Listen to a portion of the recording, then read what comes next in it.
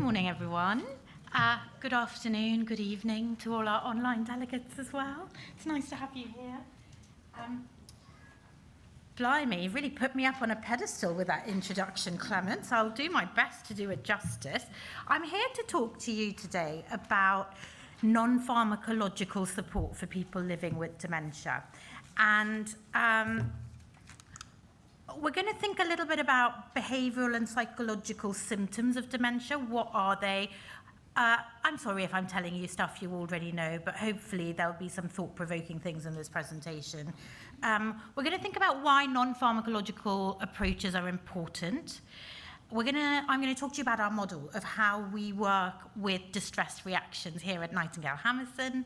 I'm going to talk you through the process from when we get a referral to when we put some interventions in place. And I'm going to reflect a little bit at the end about some of the benefits as well as some of the challenges of doing this work in a care home setting. So behavioural and psychological symptoms encompass a huge variety of symptoms, such as emotional, perceptual, behavioural disturbances that may affect people when they're living alongside dementia. So it's a real umbrella term. It can occur at any stage in somebody's life with dementia. I've said it affects over 90% of individuals living with dementia. I think the latest systematic review says 97% as a minimum. So actually, a really important topic. The research tends to classify them into 5 domains, so perceptual disturbances, motor disturbances, verbal difficulties, emotional difficulties, and vegetative presentations, or more withdrawn presentations. And so examples that we get here in our therapies team at Nightingale Hammerson include examples of referrals we get include things like, can you help us? This person might be experiencing delusions or hallucinations, or they're kind of exhibiting repetitive movements, or there's physical or verbal aggression, euphoria, someone might seem depressed or anxious. There might be disturbances in someone's sleep or appetite. I use this as a bit of a training exercise, and I thought I would introduce it to you today, just really quickly. Look at this picture. Isn't it lovely? It's an everyday picture. You might look out of your window and see this view if you're lucky. And I use this a lot with staff when I'm training staff about why communication matters and why we might get frustrated. So have a look at this picture. Look at the shapes, the colours. Imagine that you are living here with dementia, and you look out of your window and you see this beautiful, beautiful sunset. And then your loved one comes to visit you the next day, and you want to tell them about this, but your words are just missing puzzle pieces for you that day. How would you describe this when your words are all jumbled up? And then imagine that you want your loved one to open the window, draw the curtains, so that maybe this view is there for both of you to enjoy together. But your movements are all jumbled up, maybe. Maybe they're restricted. Maybe you can't signal non-verbally. How would you do it? And if you kept trying to do it, because it would be really nice to share this view, would it be frustrating if someone wasn't understanding you? And then multiply that by maybe 1 million for lots of interactions that someone might experience.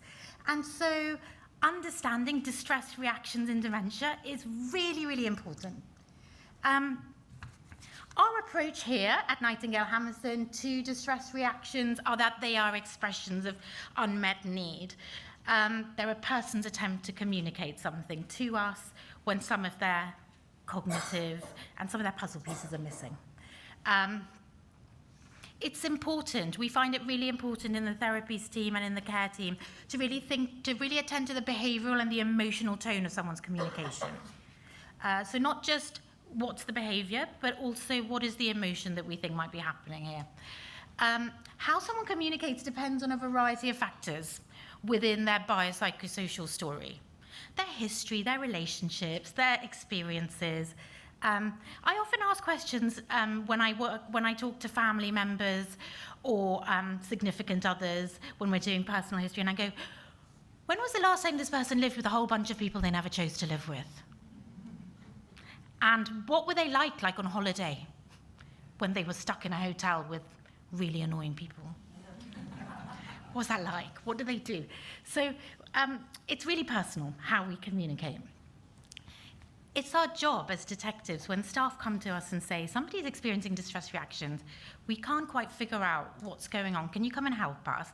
It's our job, all of our jobs here at Nightingale Hammerson, to really be detectives and work with the resident and the wider staff team around trying to decipher what that communication is. And we really believe by meeting unmet needs, we build caring, relationship-centred, Tessa, beautiful relationship-centred champion experiences for all of us. And you, Andrew, described so beautifully why loneliness and why social connection is important, understanding, being understood is fundamental to quality care in dementia. And to be seen and understood is to exist. And when somebody is experiencing challenges to their existence, from their memory, from their cognitive abilities, from their physical abilities, to be seen and understood becomes really, really important. And we know that distress reactions lead to higher levels of distress for the person with dementia as well as for caregivers. We know that it leads to increased hospital admissions and increased length of stay when people are in hospitals. I've got a reading list if you want, if you're interested. It leads to faster rates of decline for people living with dementia. It leads to a greater use of healthcare services, not just for the person with dementia, but also for their carers and their caregivers. There are higher mortality rates for people who experience distress reaction, as well as caregiver burden. And so addressing distress reactions is really important, apart from NICE tells us to do it. It's the first line of treatment. Importantly, please, I want to point out that actually pharmacological interventions also have their place. I know I'm talking non-pharmacologically today, but actually they really have their place. It's in the NICE interventions. It's really important that as a therapist team and a care team, we work with our medical colleagues and our GP colleagues here at Nightingale Hammerson as well, because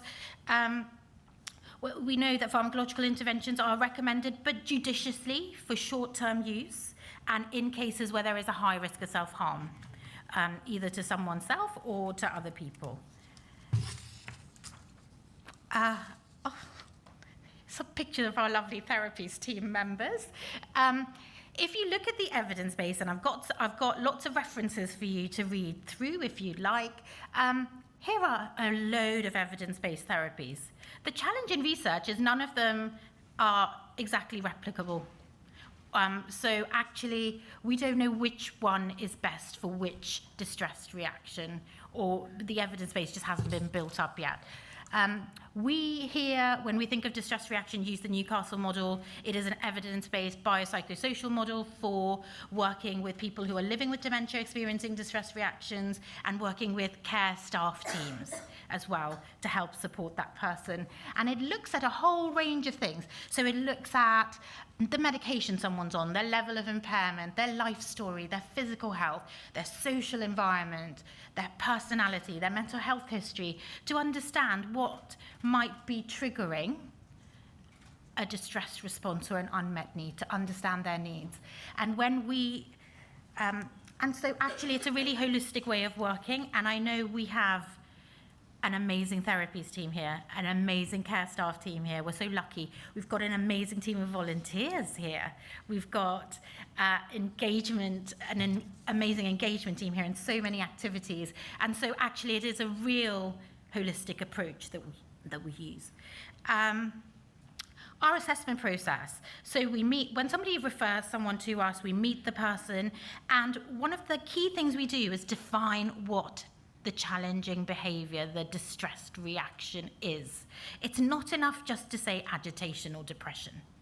What does that mean?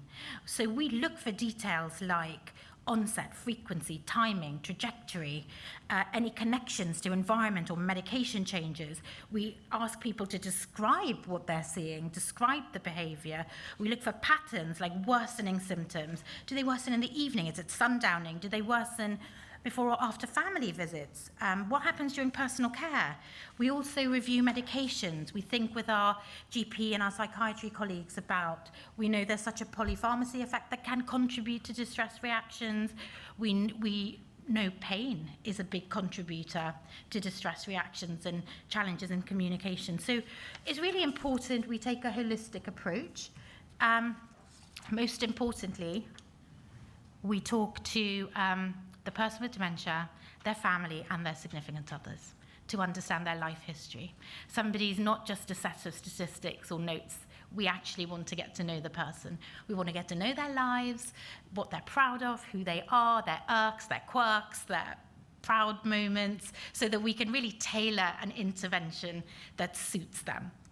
And then once we figure out what we think might be going on, we put some guesses into place of interventions that might work. It's guesswork. We do this through observations, through supporting staff, through trying to meet someone's unmet needs.